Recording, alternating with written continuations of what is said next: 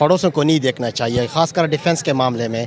हमें ये देखना चाहिए कि आजकल हम किधर खड़े हैं, हमारी इकॉनमी किधर है, हमारा आवाम किधर खड़ा है, हमारे एजुकेशन किधर है और हमारी मतलब इंडस्ट्री किधर है। अगर आप ये चीज़ें मजबूत करते हैं ना तो बड़े से बड़ा दुश्मन भी वो आपके कदमों में आके गिरेगा। कि उधर इंडिया में रियल डेमोक्रेसी है, इस वजह से वो आगे जा रहे हैं और उन्होंने आईटी की फील्ड में बहुत आगे गए हैं। उन्होंने आईटी से बहुत ज़्यादा पैसा कमाया है।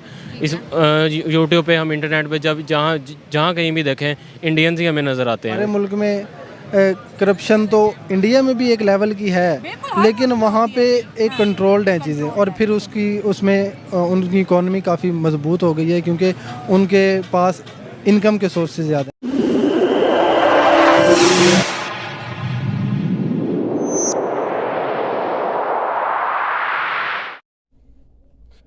हाय दोस्तों, नमस्कार। फिर से स्वागत है हमारे आपके यूट्यूब चैनल रिएक्शन 2.0 में। दोस्तों, आज हम बात करने वाले हैं इंडिया डिफेंस की। इंडिया अभी 39,000 करोड़ की डिफेंस डील को अप्रूवल किया है, जिसमें 5 मेजर डील शामिल है। वही पैटर्न जो किसी जमाने में रशिया का था, फ्रांस का था, अमेरिका का था, वही पैटर्न आज इंडिया अपना रहा है। जब जब इंडिया कोई डिफेंस डील करता है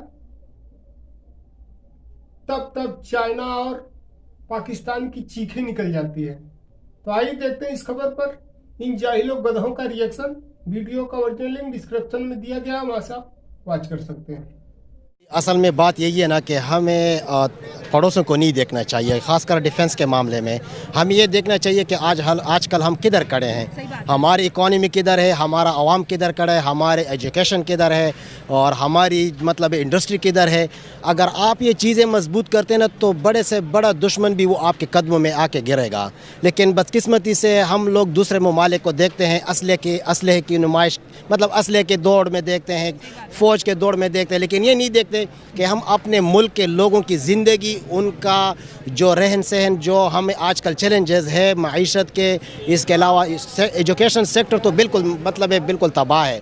तो आप एजुकेशन तो तबाह है, सही बात तो है। इसमें ये कि जो हमारे हुकाम हैं, जो हमारे आला लोग हैं, उनको ये सोचना चाहिए कि हम किस तरह इस मुल्क के अंदर एजुकेशन के ऊपर फोकस करना चाहिए। तो इंशाल्लाह उम्मीद है कि यही लोग 5-10 साल बाद जो है ना हमारे पास ऐसे लोग ऐसे फील्ड में पैदा हो जाएंगे कि इंशाल्लाह हमें असले की ज़रूरत भी नहीं पड़ेगी। असले की ज़रूरत होनी भी नहीं चाहिए। पता नहीं क्यों ऐसी हमारी सियासत की बुनियादें रखी गई हैं कि हमें अपना पड़ोसी ही दुश्मन नज़र आता है। और मुझे लगता है कि हमारे आगे ना बढ़ने की सबसे बड़ी वजह भी यही है। इंडिया जब हथियार खरीदा, पाकिस्तान कर्ज लेके हथियार खरीदता है कि इंडिया ने रख लिए, हम पे हमला ना हो जाए, जबकि वो क्लियरली कहते हैं कि ये आपके लिए नहीं है, आपको तो हम 100 साल पीछे छोड़ दिए।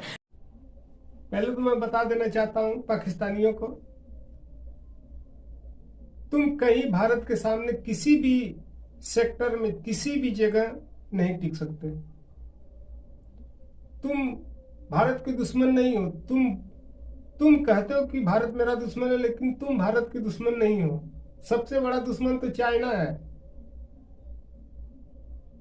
तुम्हें तो भारत जब चाहेगा तब निपटा देगा। तुम्हारी टेंशन नहीं है। भारत की सबसे टेंशन बढ़ाने वाला चाइना है।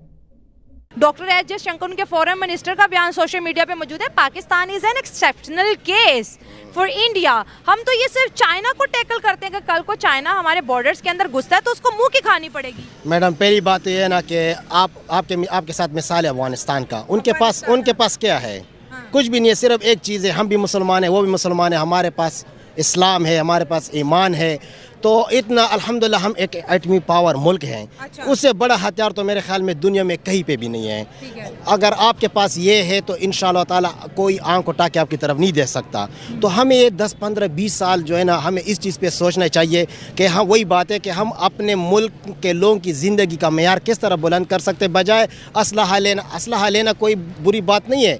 बिल्कुल इस्लाम के अंदर भी इस चीज़ की इजाज़त है कि आप अपने आप को तैयार रखो, लेकिन हमें अपने आपको जो है ना खुद ऐसा तैयार करना चाहिए एजुकेशन के सेक्टर में, इंडस्ट्री की शक्ल में। आज कोई भी मुल्क आपके मुल्क के साथ इन्वेस्टमेंट नहीं कर रहा। उसकी वजह यही है कि एक तो पॉलिटिकल सिचुएशन हमारे मुल्क में बिल्कुल सही नहीं है, और दूसरी वजह यही है कि हमारे लोग जब भी बाहर ममालिक में जाते हैं ना वो इतने क्वालिफाइड नहीं होते हैं, सॉरी टू से नहीं होते हैं। हम बाहर जाते हैं तो हमें आखिर में रखा जाता है कि आपका आखिरी नंबर है, पहले इंडियन आएंगे, उसके बाद जो है ना दूसरे ममालिक के लोग आएंगे, आपका नंबर इंडियन आएंगे। सर जैसे आपने कहा कि ये हर बंदा जो बाहर से आता वो भी कहता है कि भाई लाइन में अगर इंडिया और पाकिस्तानी खड़ा हो ना तो वो कहेंगे कि इंडियन पहले आए।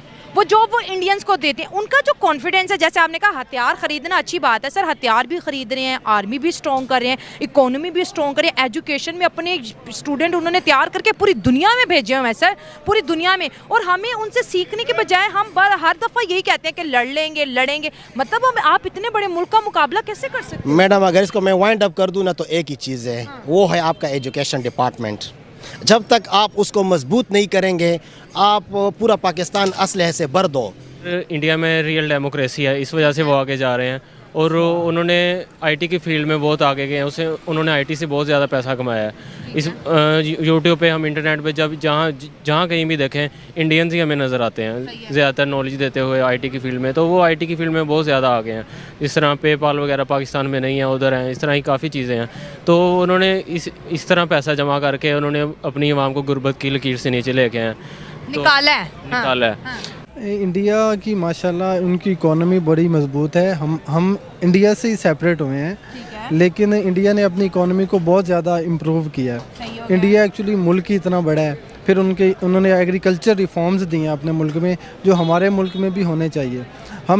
हमारे मुल्क में करप्शन तो इंडिया में भी एक लेवल की है, लेकिन वहाँ पे एक कंट्रोल्ड हैं चीज़ें, और फिर उसमें उनकी इकोनॉमी काफ़ी मजबूत हो गई है क्योंकि उनके पास इनकम के सोर्सेज ज़्यादा हैं और उन्होंने कुछ चीज़ें मैनेज भी अच्छी की हैं। और हमारे मुल्क में बहुत सी ऐसी चीज़ें हैं जिनकी वजह से हमारा मुल्क पीछे रह गया है। और फिर हमारा जो कर्ज़े हमने ले के मुल्क में वैसे ही बेड़ा गर्क कर दिया हुआ है, सूद इंटरेस्ट ही हमारे नहीं ख़त्म होते, और फिर वैसे ही हमारा मुल्क नीचे जा रहा है। और फिर बजट हमारा आर्मी को जा रहा है इतना ज़्यादा बजट, हाँ, लेकिन उस पर भी एज सच कोई अपडेट्स रिफॉर्म्स नहीं हो रहे, लेकिन वो हमारी मुल्क की सिक्योरिटी के लिए है जो आर्मी को बजट जा रहा है। हमारा जो डिफेंस बजट है सारा चाइना में चला जाता है, चाइना के हथियार खरीद रहे हैं, चाइना का रडार खरीद रहे हैं, हर चीज़ चाइना की खरीद रहे हैं। और बड़ी हंसी आती है, इंडिया वाले कहते हैं आपके पास कैसी टेक्नोलॉजी है, पूरा मिसाइल ब्रह्मोस मिसाइल पाकिस्तानी फिजा में 3-3.5 मिनट वो घूमता रहा, हम उसको गिरा नहीं सके।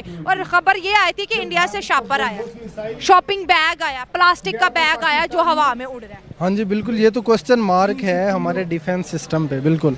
और हम तो यही अपनी गवर्नमेंट से, अपनी आर्मी से रिक्वेस्ट करेंगे कि ये हमारी सबसे पहली प्रायोरिटी हमारी आर्मी की यही होनी चाहिए कि हमारे डिफेंस सिस्टम को स्ट्रॉन्ग किया जाए। और उसके बाद गवर्नमेंट के बाकी इकोनॉमी को मजबूत करना वो गवर्नमेंट का काम है। अब न्यू गवर्नमेंट आई है, हम उम्मीद करते हैं कि ये कुछ अच्छी हमारे गरीब इंसान के लिए, हमारे ख़ास तौर पे किसान के लिए रिफॉर्म्स लेके आएँ जिससे हमारी इकोनॉमी मजबूत हो और हम फर्दर फिर। और आर्मी में अपडेट्स आनी चाहिए, चीज़ें अच्छी आनी चाहिए।